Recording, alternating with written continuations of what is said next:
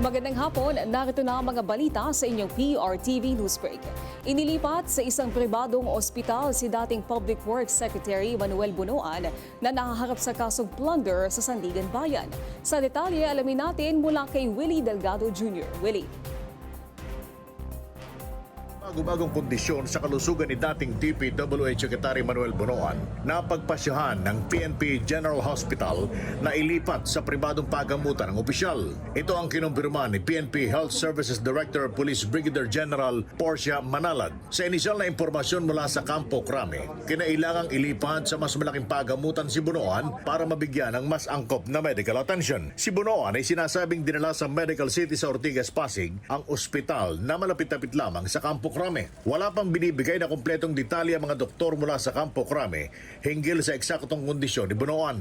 Tatandaan na nauna nang isinugod si Bunoan sa PNP General Hospital Kamakalawa matapos sumuko at isailalim sa booking process ng PNP CIDG. Nauna nang sinabi ni PNP General Hospital Director Cleto Manongas na inireklamo ni Bunoan ang pagbigat ng kanyang ulo at nang suriin, tumaas na pala ang kanyang blood pressure na umabot sa mahigit 190/100. Pero nang magnormal ang kanyang BP kahapon sa 130/70, dinala na siya sa Sandigan Bayan para sa return of warrant kaugnay ng kinakaharap nitong kasong plunder kasama si Senator Jinggoy Estrada. Gayunman, hindi pa rin sila nabasahan ng demanda dahil tumaas na naman ang BP ng dating DPWH official. Sa ngayon ay inaantabayan na lamang ang opisyal na pahayag ng Campo Crame sa tunay na kondisyon ni dating DPWH Secretary Manuel Bunoan. Ako si Willie Delgado Jr. ng PRTV News, nagseserbisyo para sa Pilipino. Maraming salamat, Willie Delgado Jr. Target ng Davao City Local Government Unit na maging AI hub ng Pilipinas. Alamin natin sa report ni Noreen Igonia. Noreen? Yes, Naomi, bilang bahagi ng pagpapatibay ng digitalization sa City Government of Davao, target naman nila ngayon na magiging AI hub ng bansa. Sa isinagawang session ng Davao City Council nitong Martes, Hunyo 2, iprinisenta ang 2 robots mula sa isang educational technology and corporate training company na siyang magiging katuwang ng lokal na pamahalaan upang mas mapabilis ang serbisyo nito sa mga Davaoenyo. So we can also include the AI robots for disaster response, for task force, so for disaster, for micro robots for disaster. So marami silang mga robots na pwede natin i-include sa city. So that's where our planning on sa city natin to embrace AI and robotics. Tiniyak naman ni militar na hindi papalitan ng AI ang mga empleyado sa gobyerno. Ang nais lang nila ay matulungan ang mga empleyado sa kanilang mga trabaho sa pamamagitan ng mga makabagong teknolohiya gaya ng AI robots. Mula dito sa Davao, Noreen Igonia ng PRTV News, nagseserbisyo para sa Pilipino. Maraming salamat, Noreen Igonia. Patuloy na inaantabayanan ng taong bayan ng Senado kung magkakaroon ba ng sesyon o patuloy ang standoff sa pagitan ng mayorya at minorya sa kabila ng kautusan ni Pangulong Ferdinand R. Marcos Jr. na magbalik na sila sa trabaho. Kaugnay niyan, kausapin natin si Attorney Antonio Bucoy, Public Interest and Human Rights Lawyer at Managing Partner ng Bucoy Poblador Law Offices. Magandang hapon po, Attorney. Ito po si Naomi ng PRTV. Magandang hapon sa iyo, Ms. Noemi, at sa mga tagapakinig natin at taga-subaybay. Attorney Odi, una po sa lahat, itong nangyayaring tila Senate exercises, makakaapekto ba ito sa schedule ng impeachment laban kay Vice President Sara Duterte? Kasi sa July 6 po ito initially ang target ng pagsisimula ng trial. Magkakaroon ba ng changes dito? Well, sigurado po na ito ay makakaapekto sa na pipintong paglilitis, no, sa Senado dun sa impeachment trial ni Vice President Sara Duterte. Kung ating tutunghayan ang nakaraang ilang araw, itong kaguluhang ito nagsimula nung agawin ng kasalukuyang mayorya ang liderato ng Senado na kung kailan naman natugma sa araw na pinadala yung articles of impeachment. Diyan nagsimula yung gulo eh. Matapos so yan, nagkaroon ng proposal na magkaroon ng susog doon sa Senate rules, no? Na magkaroon ng virtual voting. Yan ho ay again konektado pa rin sa impeachment. Bakit kamo? Dahil ho ngayon, yung dating manipis na lamang ng mayorya na 2 votes or 2 members ng mayorya ay nawala na, 11-11 na ho ngayon. So, makakaapekto yan, magkakaroon ng impasse o tabla-tabla. Ngayon, bakit ho ito makakaapekto? Ayaw ho ng kasalukuyang liderato ng Senado sa pangunguna ni Alan Cayetano na mag-convene into plenary dahil ayaw ho nilang tumugon sa kanilang tungkulin na magsesyon. So kung ito ay maantala, hindi magkakaroon ng quorum, meaning 50% plus 1, okay? So dapat to meron silang 13 dahil 24 sila. Paano ho magkakaroon ng paglilitis kung wala silang quorum?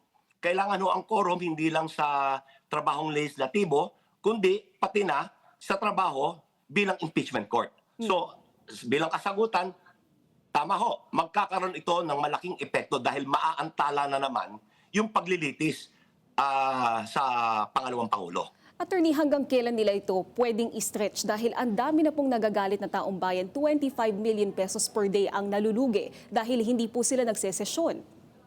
Depende ho yan sa paninindigan ng ating Senate President. Kung gaya ngayon, nagmamatigas siya na ayaw niyang mag-call into session, mag-plenaryo ang Senado, ang public pressure ang magdidiin dyan upang bumigay siya dahil ang tao nga, gaya ng inyong nabanggit, nagagalit na, nagpupuyos na bakit nyo inuupuan ang inyong trabaho? Ba't ayaw nyo tuparin ang inyong trabaho? Nag-apila na ang ating Pangulo na mag-convince sila. Hanggang ngayon wala pang tugon. Kasi ang naigho ngayon sa Senado, mga personal na interes pampolitikang interes. Ano yung interest na yon? Si pagkapit ko ni Senate President Cayetano sa kanyang posisyon dahil natatakot siya nagkaroon ng plenaryo, makudita siya. Dahil may bali-balita na may tatawid na ilang miyembro ng mayorya sa minorya. So pag nangyari ho yun, magkasesyon, takot siya, mapaltan siya, makudita siya. Sino nagdudusa dito? Ang taong bayan. Taong bayan dahil hindi ho nakakapaghanap buhay, hindi nakakapagtrabaho ang ating Senado para magbalangkas ang batas at hindi apektado pa rin ang taong bayan sapagkat hindi ho matuloy yung impeachment although July 6 pa ho ito, pero kung ito yung indikasyon ng tatahakin nila, parang malabo ho yung July 6. Maiba po tayo, madalas sa itinuturo at inaakusahan agad si dating House Speaker Martin Romualdez na mastermind sa flood control. Bakit kaya at sino sa tingin nyo ang nagpapalutang nito? Iisa ho nagpapalutang dyan si Ombudsman Remulla na mulat sa poll, binansagan na niya si Speaker Romualdez na mastermind. Ang tanong ho, ano ang kanyang batayan? Okay? Pangalawa, nagkaroon na ba ng preliminary investigation? Dahil wala hong lumalabas sa mga balita na nagkaroon na meron ng preliminary investigation. Babansagan mo ang isang tao na kapural o mastermind kung iyon ang nabalangkas at nasuri mo na yung magkabilang panig, yung reklamo, pati yung kasagutan. Ang pagkakaalam ko, correct me if I'm mistaken, hindi pa ho umaabot sa ganong estado bakit nagkaroon na ng mastermind? Ano po ang motibo nito? Ang nakikita ko ho dito sinesensationalize. Nagiging puro dula at drama ang nagiging actuation ng ating ombudsman. Pinapakita niya ang kanyang prejudgment, ang kanyang pagkiling. Pinapakita niya na meron na siyang preset conviction. Sinasabi na niya itong mastermind, wala pa nga hong proseso. So dapat ang ombudsman, huwag na siya mag-press conference na sinasabi niya, ito yung mastermind, ano ba ang batayan? Ang batayan na sinasabi, sa isang interview niya, sinabi niya, dahil siya yung Speaker of the House noon at tao niya si Saldico. Ang problema ho sa ganyan, ayon ho sa mga decided cases, yung pagbabansag na ikaw ay co-conspirator, na ikaw ay mastermind, dapat ho, merong mga hayagan o tahasan na pagkilos o isa man lang na predicate action, no? Meron kang tahasan na aksyon na nagtuturo sa iyo na ikaw ay kasabwat. Wala pa ho eh. Wala pang lumalabas na ganyan. So saan nang galing yung kanyang pagbansag na mastermind ang dating speaker na si Martin Romualdez? Hindi ko siya pinagtatanggol. Ako bilang public interest lawyer, tinitignan ko lang ho from a distance yung ano ho ba yung patas? Ano ho yung principles of fair play na inoobserbahan ng ombudsman? Sa ngayon po, nakikita ko, puro pagkiling puro pagtatangi laban sa ating nakaupong Speaker of the House. Sabi niya, hindi ma-impluwensya siya. But gaya nabanggit ko, sabi ng Supreme Court, political influence, political alignment, hierarchy, hindi ho yan agad-agad na maaaring dahilan para bansagan ang isa na co-conspirator o kasabwat.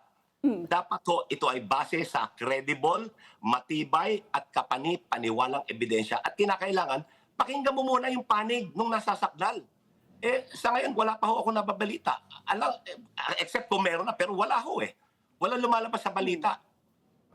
Attorney Odi, hindi ba nakikita niyo ito medyo ironic dahil sa Thursday o bukas ay pinapatawag po si Congressman Romualdez ng Senate Blue Ribbon Committee, gayong hindi po sila nagkakaroon ng sesyon? Nakakatawa nga ho Unang-una, hindi sila nagsesesyon. Pangalawa, wala pang Blue Ribbon Committee na itatatag Dahil miski yung minorya, meron silang chairman, si Senator Pia Cayetano. Pero wala pa silang nabubuo na Blue Ribbon Committee.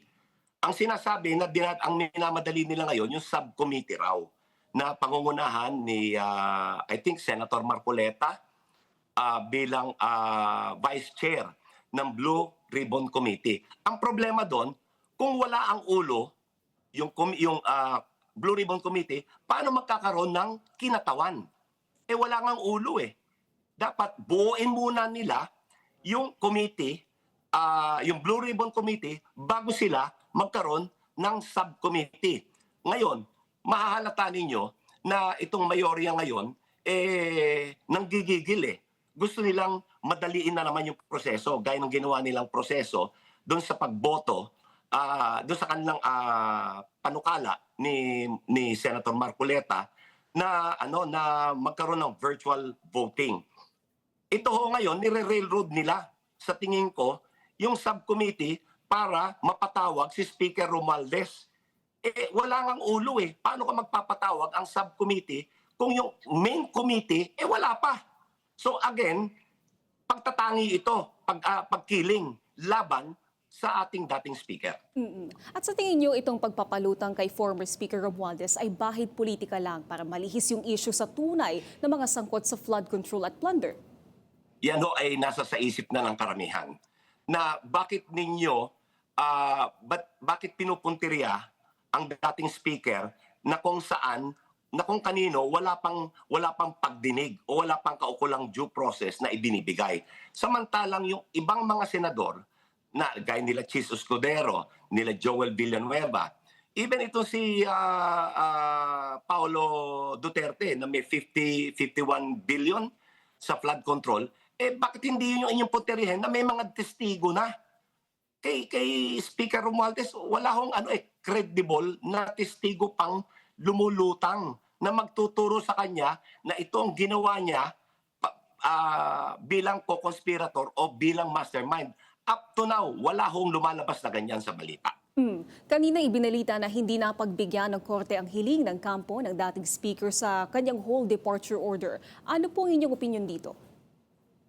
Ganito ho yan, yung whole departure order niya, ayan ho ay precautionary pa lang. Precautionary whole departure order. Yan ho ay nasa administrative order ng kataas-taasang hukuman. Na kung may preliminary investigation na at wala pang naisasampang kaso sa husgado, pwedeng magkaroon ng precautionary whole departure order. Bakit precautionary? In general ho, the right to travel is a paramount right sa ilalim ng ating saligang batas. Na kung saan pwede mong sikilin yung right to travel kung meron ng reklamo na inilatag sa hukuman. Dito po, dahil nga sa nabanggit ko administrative order ng kataas-tasang hukuman, pwede ka mag-apply ng precautionary. Bakit ito precautionary? Dahil wala pang reklamong nakafile sa husgado. Subalit, meron ho diyang requirement. Dapat meron ka ng at least preliminary investigation. Nung nag-file sila sa Sandigan Bayan ng application for a precautionary hold departure order, aminado ho naman na wala pang preliminary investigation. Sapagkat, gaya na banggit ko nung nauna, kanina, wala pang lumalabas na pinasagot na ba si dating speaker doon sa reklamo laban sa kanya. Ang naririnig ko, meron pa lang a case building of fact finding. Hindi ho yan yung reklamong sinasabi ng administrative order ng Supreme Court na dapat meron ng preliminary investigation. Wala pa ho sa estadong yon. Kaya nga yan ex parte. Ibig sabihin, walang notisya, walang notice doon sa isasakdal. Kasi up to now ho, si Speaker hindi pa nakasakdal isasakdal pa lang. Dahil wala pa ng preliminary investigation. Nasa tingin ko ho, yung hindi ho pagbibigay ng Sandigan Bayan to lift the precautionary hold departure order ay hindi ho wasto. Hindi tama. Dahil premature yung pag-issue ng precautionary hold departure order. Ngayon, pwede namang questionin yan, pwedeng iakit sa kataas-tasang hukuman or pwedeng tanggapin na lang at antayin kung talagang may maipapile na kaso laban sa kanya. Maraming salamat po sa inyong panahon, Attorney Antonio Bucoy. Magandang hapon po. Magandang hapon, salamat sa paanyaya. At yan ang mga balitang nakalap ng inyong PRTV Newsbreak. Live kami sa free-to-air Beam Channel 31, Signal Channel 31 at sa YouTube. Tumutok din sa aming social media accounts sa Instagram, Facebook at TikTok sa PRTV Prime Media. Abangan ang mas komprehensibong balitaan ng alas 5:30 ng hapon sa Arkada Balita. Ako po si Naomi Tiburcio. Magandang hapon.